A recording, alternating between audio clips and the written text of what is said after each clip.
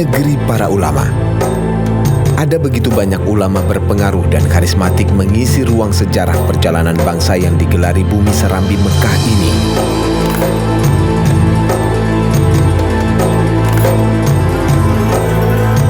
Salah satunya adalah seorang tokoh ulama yang dinobatkan sebagai satu dari 3 ulama besar lain dengan tingkatan ma'rifatullah.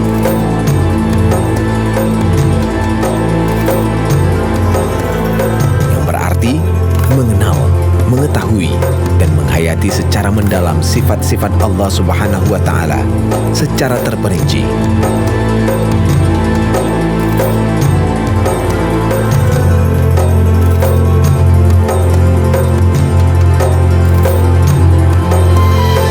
Puncak ma'rifatullah adalah saat seseorang sudah sampai pada kesadaran bahwa hanya Allah sang wujud hakiki sekaligus sang pelaku mutlak.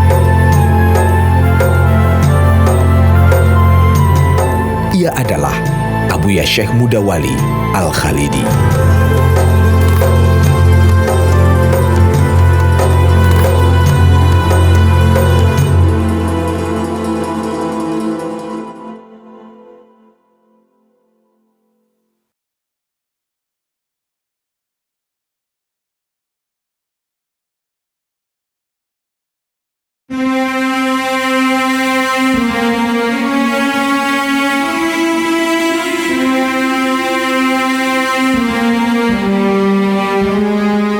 Abuya Syekhul Islam Aceh, Syekh Haji Muda Muhammad Wali Al-Khalidi, yang dikenal sebagai Syekh Mudawali Al-Khalidi, adalah ulama yang banyak menyumbangkan jasanya terhadap bangsa dan agama. Murid-murid didikan beliau tersebar di seluruh penjuru Nusantara. Nama panggilan kecil beliau adalah Nyak Wali. Kemudian pada masa remaja, panggilan itu berubah menjadi Angku Mudo atau Tuanku Mudo Wali. Orang muda, tingginya sedang, ya, sekitar 170 orang kalinya. Orangnya sangat sopan. Dan di kampung bersahaja ini, Blangporoh, Labuhan Haji, riwayat sang ulama besar bermula. Abuya Syekh Mudawali lahir di sini. Kalau dulu kan Labuhan Haji, ya, belum ada Darussalam. Di nama ayah beliau Syekh Muhammad Salim. Ayah Syekh Muhammad Salim ini Malin Palito. Syekh Muhammad Salim ini berasal dari Batu Sangkar, Sumatera Barat. Dah tahun 40-an yang sini, sehingga beliau menetap di sini di Darussalam, di Blangporoh gitu ya. Dia beliau lahir tahun 1917 akhirnya Muhammad Wali. Sebagai seorang anak yang kelak menjadi ulama berkarisma dan dikagumi, ada beberapa hal yang membuat Mudawali kecil terlihat istimewa. Itu jelas ada tanda-tandanya dari penglihatan orang tua beliau. Orang tua beliau melihat ada kecerdasan, bahkan ada riwayat bahwa pernah orang tua beliau itu bermimpi seperti seolah-olah turun bulan misalnya gitu ya. Ada juga saya dengar begitu. Artinya adalah tanda-tanda bahwa beliau akan menjadi orang besar gitu. Abuya Syekh Mudawali mendapatkan pendidikan dasar dari orang tua kandungnya berupa ilmu Al-Quran, ilmu Tauhid, ilmu Nahu, ilmu Saraf, dan sebagainya. Di samping itu, pada usia 7 tahun, ia mengecap ilmu pengetahuan umum Fairfax School yang setara sekolah dasar pada masa penjajahan Belanda di Kuta Trieng, Labuhan Haji Barat. Bahasa pengantar yang dipakai adalah bahasa Belanda. Baru selanjutnya beliau melalang buana mendalami ilmu di berbagai dayah, di antaranya dayah Jami'ah Al-Khairiyah di Labuhan Haji. Lalu melanjutkan pendidikan ke dayah terkemuka di Blangpidi, yaitu dayah Bustanul Huda, pimpinan Abu Syekh Mahmud. Ya, beliau belajar di situ lebih kurang 4 tahun. Barulah setelah itu beliau pindah ke Banda Aceh. Sekitar umur beliau 18 tahun kala itu. Beliau belajar di Dayah Sim, Dayah yang dibina oleh Abu Hasan Kurungkali. Memang sekalipun beliau tidak lama belajar di situ, ya 1 hari. Lalu beliau pindah ke Dayah Indrapuri, ya, pimpinan Abu Hasbalah. Beliau samping belajar sama beliau, sama pimpinannya, beliau juga diangkat sebagai guru di situ, kan beliau sudah alim. Tak lama maka timbullah keinginan dari Gubernur Aceh. Gubernur kan itu gabung dengan Medan, ya, untuk mengirim beliau ke Mesir. Tapi karena satu lain hal, mungkin waktu itu masih masih berbola dan masih Belanda waktu itu. Maka beliau pergilah ke Padang. Ke Padang itu temuan maklum lah, jalan waktu itu ke Padang dari Banda Aceh ke Medan aja ya mau 2 hari 3 hari ini. Di Padang, nasib mempertemukan muda wali remaja dengan Syekh Khatib Ali, ulama besar Ahlus Sunnah wal Jamaah di Padang. Terpikat dengan pribadi muda wali, Syekh Ali kemudian menikahkan pemuda ini dengan cucu dari keluarga besarnya, Rasimah. Berada di lingkaran ulama besar Minangkabau membuat nama muda wali semakin masyhur. Kala berguru di Padang, muda wali juga berkenalan dengan ulama-ulama besar lainnya seperti Muhammad Jamil Jahu. Pada sosok ini, muda wali ikut berguru untuk memperdalam pengajian kitab kuning. Kelak, Jamil Jahu terpikat dengan wawasan keilmuan muda wali dan kemudian menikahkan muda wali dengan putrinya, Rabi'ah Jamil. Bahkan ada juga kita mendengar Umi Hajah Rabi'ah itu nggak mau menikah. Pertamanya dia kecuali dengan orang yang tertentu, yaitu siapa yang sanggup mengalahkan beliau dalam berdebat ilmu pengetahuan. Nah, akhirnya yang memenangkan itu Abuya Syekh Muda Wali Al-Khalidi. Akhirnya maulah Hajah Rabi'ah ini menikah dengan Abuya. Tidak lama setelah menikah, Abuya Syekh Muda Wali kemudian mengajak istrinya Rabi'ah Jamil untuk menunaikan ibadah haji ke Mekah, sekaligus memperdalam ilmu agamanya. Istri pertama, Rasimah, tidak turut serta dikarenakan memiliki bayi. Karena kata umi saya waktu itu mendoa sampai 7 hari 7 malam katanya. Kebetulan murid beliau waktu itu sedang ramai, lebih 1000 lah. Kalau dulu 1000 itu kan sudah banyak sekali. Itulah di tahun 39 sudah beliau Buyani naik haji dengan umi saya di pelabuhan Teluk Bayur naik kapal waktu itu. Sampailah ke Mekah. Waktu kabarnya ada, kalau orang dulu kan sampai 3 bulan ya, Mekah di jalan aja 15 hari. Di sana entah 15 hari, pulang lagi 15 hari lagi. Beliau tidak menyanyiakan kesempatan emas itu. Ya, beliau mencari guru di sana. Ya, sehingga beliau mendapatkan guru yang bernama Syekh Ali Al-Maliki. Ulama besar di kota Makkah kala itu, dan akhirnya beliau mendapatkan ijazah keilmuan dari Syekh Ali Al-Maliki itu.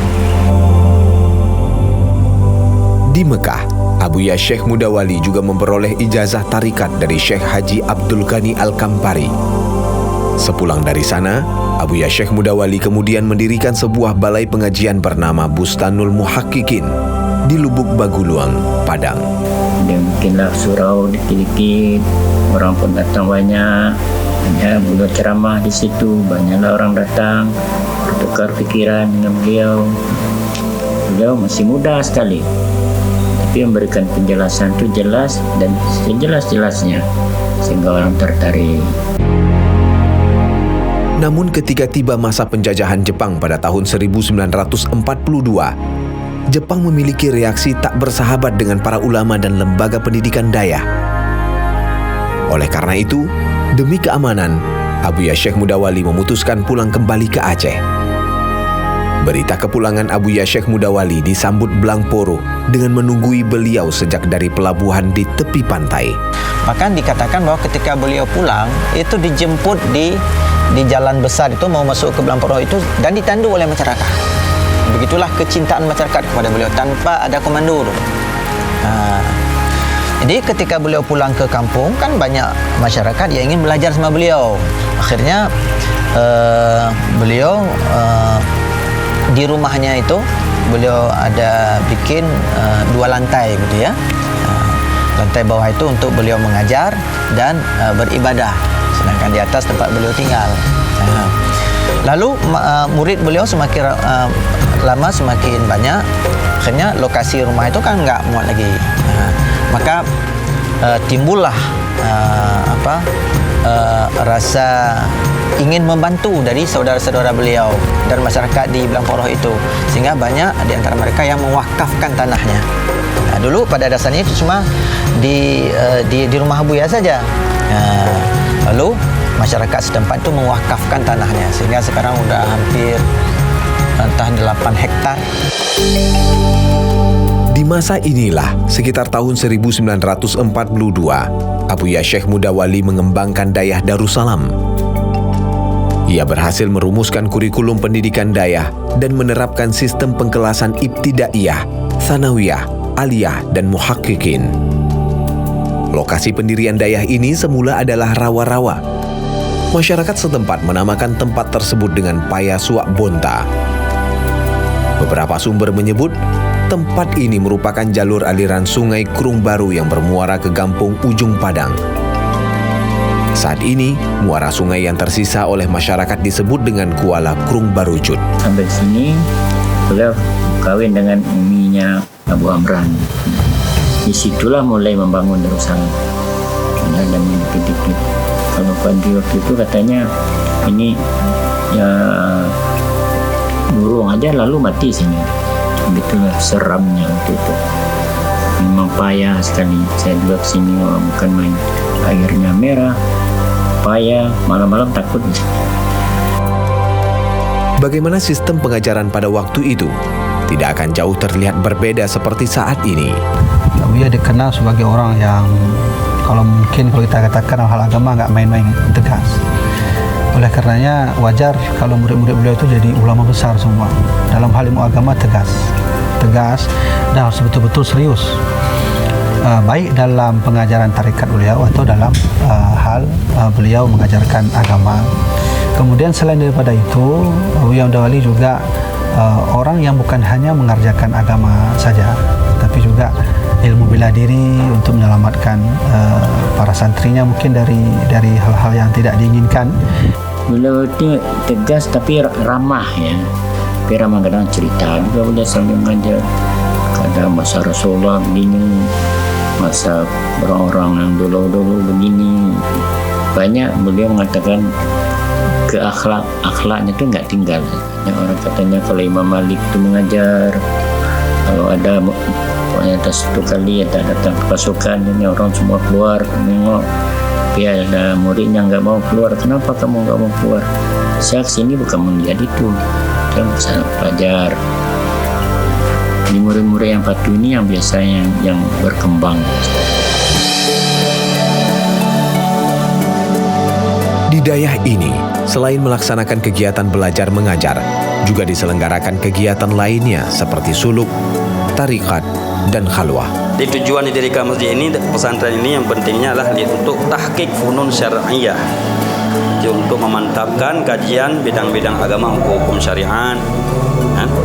Di sini beliau mengajar, berzikir, beribadah. Di Dayah ini, Abuya Syekh Muda Wali melakukan reformasi kurikulum pendidikan, keluar dari kebiasaan lama. Pembaharuan yang Buya lakukan itu dengan menciptakan kurikulum tertib di setiap pesantren, pondok pesantren di Aceh.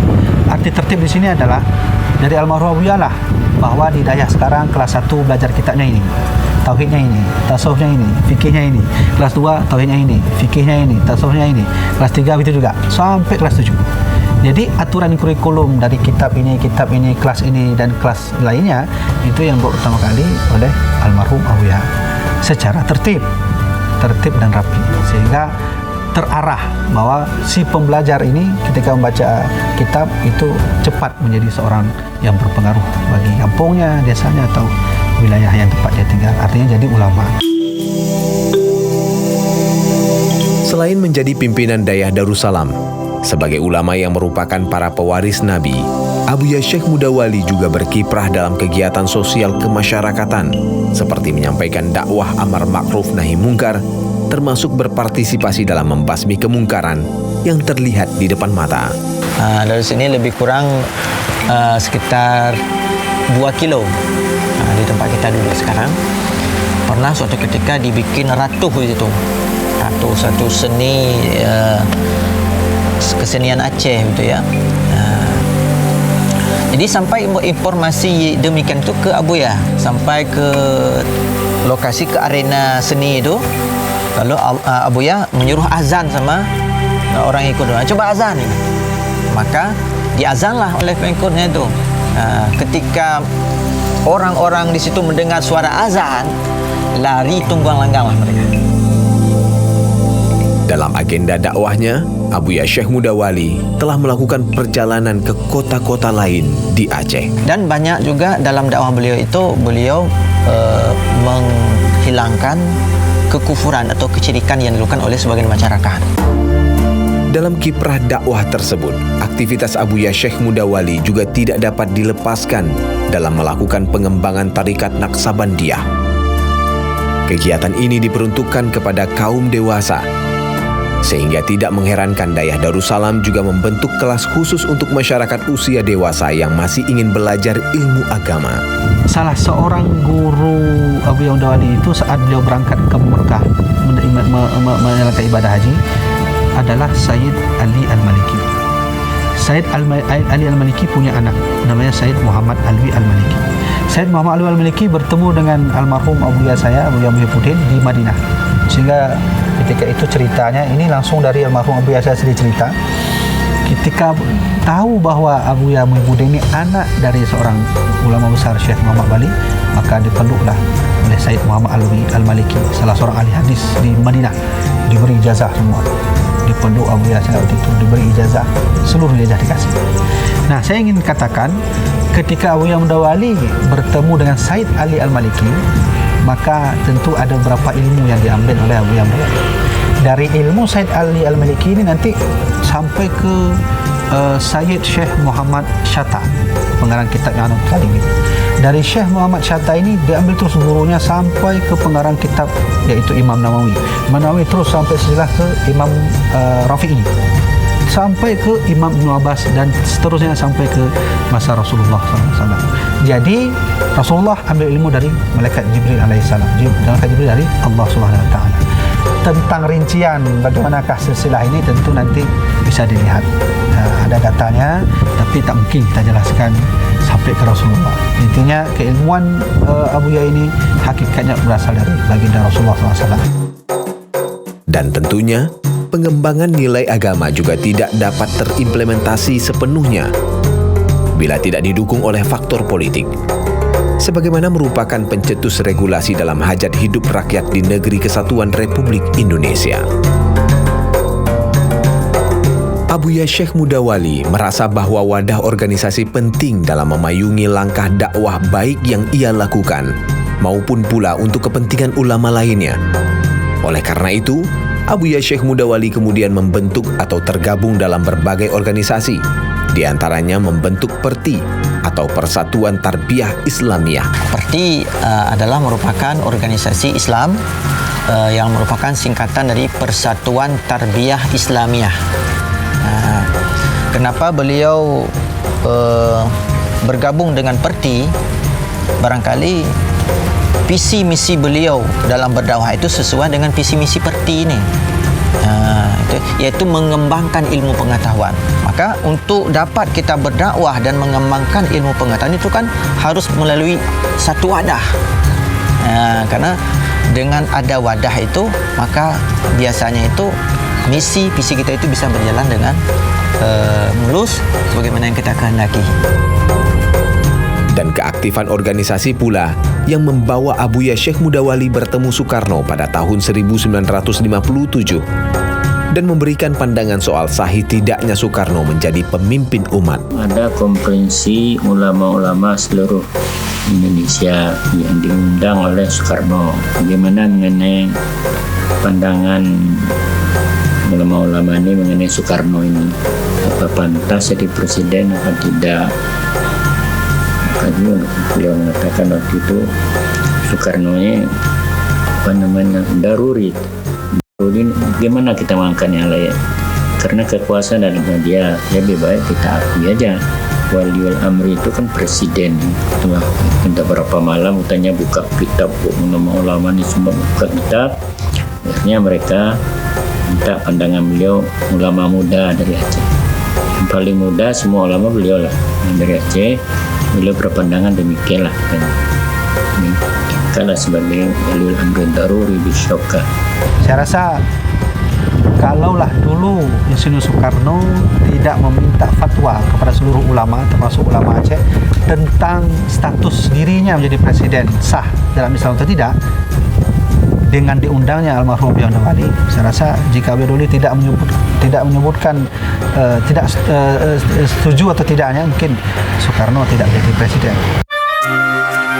Pada tanggal 7 Mei 2007, sebuah forum tingkat tinggi ulama Aceh menggelar pertemuan kedua di Masjid Raya Baitur Rahman.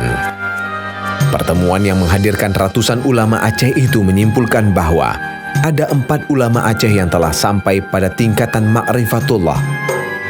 Keempat ulama itu adalah Syekh Abdul Rauf As-Singkili, Syekh Hamzah Fansuri, Tengku Haji Muhammad Hasan Krungkale, dan terakhir adalah Tengku Haji Syekh Muhammad Wali Al-Khalidi. Memang di tahun tersebut artinya ada 4 ulama yang diberi anugerah oleh Gubernur Aceh waktu itu ya, Bapak Irwan Yusuf, kalau nggak salah. Jadi beliau dianugerahkan sebagai tokoh pendidikan dan ulama arif billah. Jadi kenapa beliau dianugerahkan predikat itu? Karena memang keilmuan beliau di bidang ilmu ketasawufan itu tinggi. Ya, beliau sudah disepakati oleh ulama-ulama di Aceh ini, beliau adalah ulama yang arif billah. Arif billah artinya ulama-ulama yang benar-benar mengenal Allah Subhanahu wa taala. Salah satunya beliau dalam syairnya mengatakan tusom akwan lemah Tuhan, tusom akwan lemah Rabbi, wa in ghibtu bada wa in bada ghayyabani. Gitu. Itu penjabaran itu sangat tinggi. Maka setelah dibikin penelitian, rumusan, sehingga para ulama sepakat untuk memberikan predikat kepada beliau sebagai ulama arif billah, dan ditetangani oleh Bapak Gubernur kala itu. Abuya Syekh Muda Wali juga mendapatkan gelar tokoh pendidikan Aceh pada tanggal 2 September 2008. Ulama yang dikagumi dan dihormati oleh masyarakat ini ternyata lebih dikasihi Allah. Abuya Syekh Muda Wali wafat pada Selasa 20 Maret 1961 pada usia terbilang muda, 44 tahun. Beliau mulai 58 berarti udah mulai sakit ya. 59 mulai sakit. 60 tahun 59 saya pulang Padang. Karena umi saya pulang Padang, kami pulang Padang. Jadi beliau meninggal, kami ada di sini. Dan orang yang menyaksikan sakitnya Abuya itu salah satunya juga almarhum Abuya saya sendiri. Kami diceritakan oleh Abuya saat itu, saat beliau berangkat ke Mesir, Abuya sedang sakit parah sehingga dibawa ke rumah sakit Tapak Tuan, dibawa salah seorang murid beliau, saya lupa siapa nama murid beliau itu, sehingga sakit keras. Almarhum Abuya saya dipeluk erat dan dicium dari kening sampai ke bawah, sampai ke dadanya.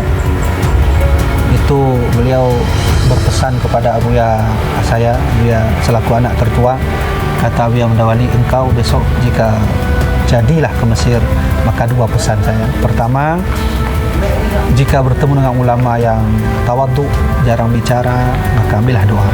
Tapi jika bertemu dengan ulama yang kurang tawadhu, maka ajaklah debat dia. Kemudian pesan almarhum Abuya Muda Wali, selalulah bawa kitab I'anatul Talibin dan kitab Al-Hikam.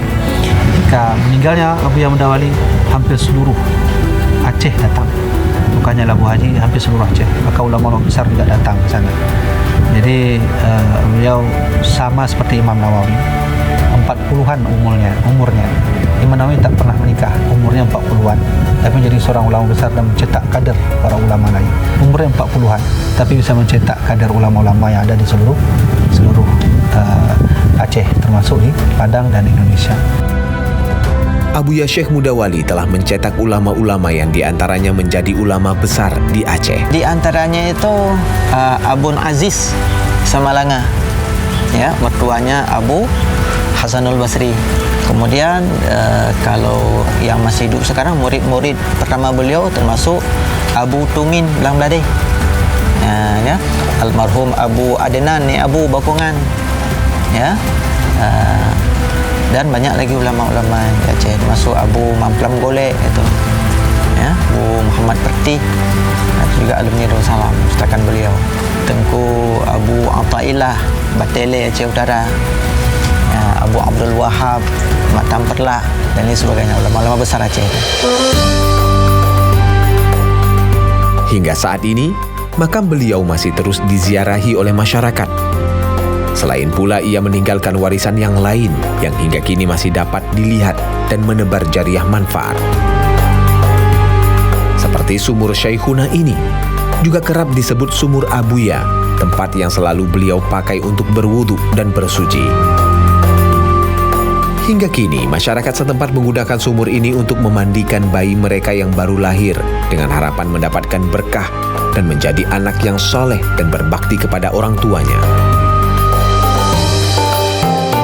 Lalu, apa saja warisan dari Abuya Syekh Mudawali hingga saat ini? Banyak karya beliau, salah satunya yang paling fenomenal itu Tanwirul Anwar.